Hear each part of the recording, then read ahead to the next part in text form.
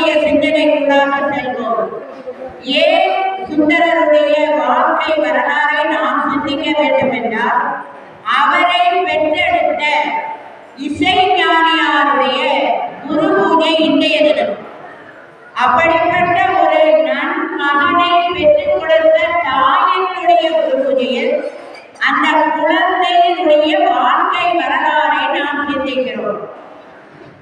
என ஈண்ட பொழுது பெருதுவக்கும் தன்மகனை சான்றோன் என கேட்டாங்க.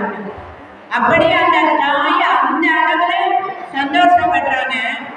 ஆனா இங்க சைவத்தை நிலைநாட்டிய குழந்தையை கொடுத்த அந்த தாய் அவருடைய குருமையான என்று சுந்தரருடைய வாழ்க்கையை பற்றி நாம் சிந்திக்க அருமையான ஒரு வாய்ப்பு கிடைத்ததை பெரும் வாய்ப்பாக கருதி நம்முடைய சிந்தனைக்குள்ளாக நாம் செல்வோம். யாமோடைய கல்வியும் எவ்வளவும் யாமோடைய கல்வியும் எவ்வளவும் தாமே பெற வேலவன் தந்ததினார்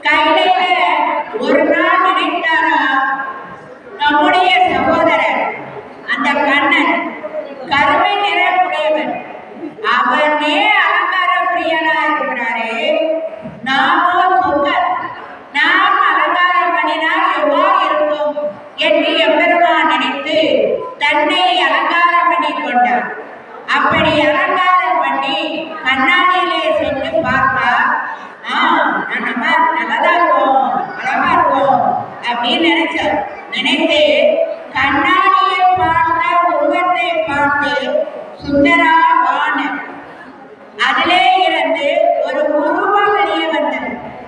அந்த உருவத்திற்கு உயிரை கொடுத்தார் இறைவன். அவர்தான் சுந்தரர். கையில அந்த கண்ணாடியில் வந்து நம்ம இப்போ நோடிங்கிறவன் ஒருவரை போல ஒருவர், அதுபோல வந்தவர் அந்த சுந்தரர். இவருக்கு அங்க என்ன வேலை அப்படின்னு பார்த்தா, மலர்களை எல்லாம் அந்த மனத்தில் சென்று பறிப்பது, அதை மாலையாக கொடுத்து இறைவனுக்கு கொடுப்பது, வரக்கூடிய அடியார் பெருமக்களுக்கெல்லாம் இறைவன் விபூதி கொடுக்கிறார், அந்த திருநீற்ற பெட்டகத்தை ஏற்றி நிற்பது, இதையெல்லாம் செய்து கொண்டே இருக்கிறார். அந்த நேரத்தில் இறைவன் நினைத்தார், எல்லா உலக மக்களும் நம்மளுடைய பெருமையை பாடுகிறார்கள், பேசுகிறார்கள். ஆனால் அடியார் பெருமக்கள் எல்லாம் எத்தகையவர்? அவருடைய இந்த வரலாறை உலக மக்களாகிய நாம் உணர வேண்டும், தெரிந்து கொள்ள வேண்டும் என்று பகவான் நினைத்தார். அவருடைய சித்தாந்தம் அது. எனவே இதை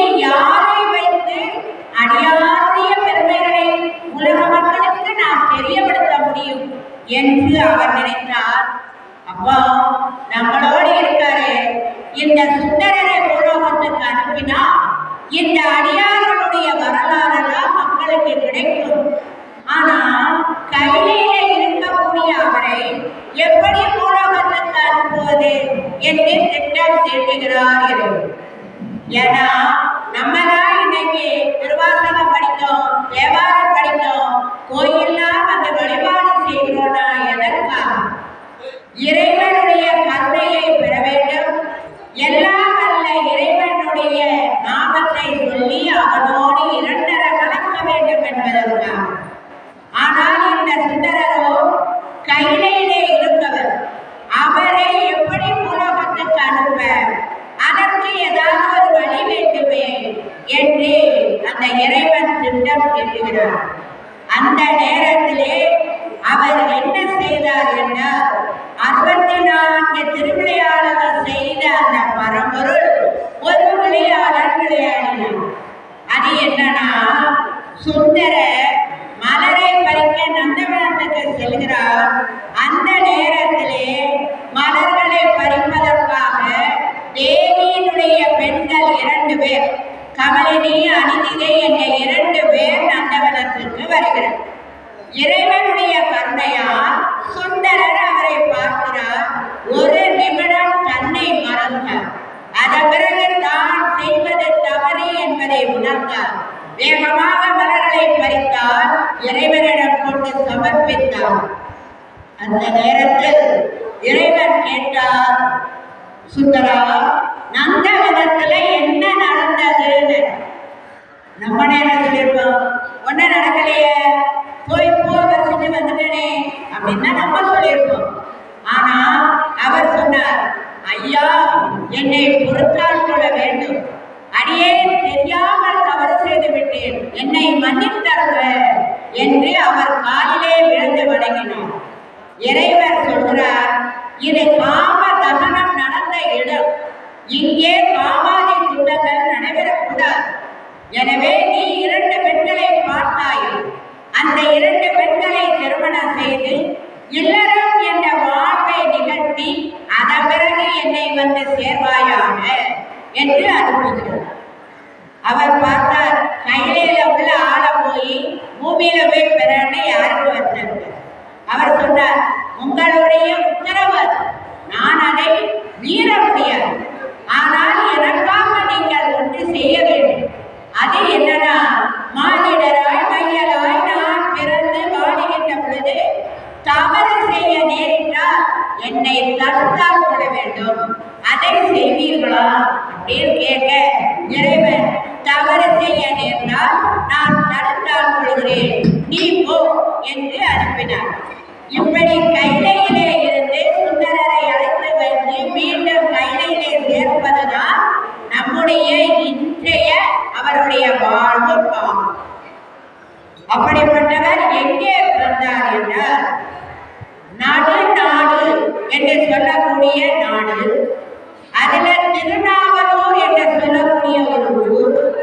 அந்த ஊரிலே இசைஞானியாருக்கும் சடையனாருக்கும் மகனாக பிறந்தார். சென்ற பிறப்பிலே இறைவனுடைய சாயா வடிவமாக இருந்ததால் அழகே உருவமான ஒரு குழந்தையாக அந்த சுந்தரர் இந்த இடத்திலே பிறந்தார். அந்த குழந்தைக்கு ஆரூரர் என பெயர் வைத்தார்கள். காரணம் என்னன்னா, அவருடைய பெற்றோர் பெயர், தாத்தா பெயர் நம்பி ஆரூரர். அதனால் அந்த குழந்தைக்கு ஆரூரன் என்று பெயரை வைத்தார். குழந்தையும் வளர்ந்து வளர்கிறது. ஏன்னா முன்னாடி காலத்திலெல்லாம் குழந்தைகளுக்கு பெயர் வைக்கின்ற பொழுது இறைவனுடைய பெயரை வைப்பார். காரணம் என்னன்னா, சிவா, ராமா, முருகா, மணிகண்டா அப்படின்னு நம்ம வைத்தா அந்த குழந்தையை நாம் அழைக்கின்ற பொழுது இறைவன் தன்னை அழைப்பதாக தேர்ந்தெடுத்துக் கொள்வார். அதற்காக அது போன்ற ஒரு நிலையை செய்தார். ஆனால் அதன் பிறகு தன்னுடைய பெற்றோர்கள் பெயரை வைப்பது என்ற ஒரு நிலை மாறி வந்தது. ஆனால் இன்றைய காலகட்டத்தில் பெற்ற பெத்தவங்க பிள்ளைக்கு பேர் வைக்கவே இல்லை. ஏன்னா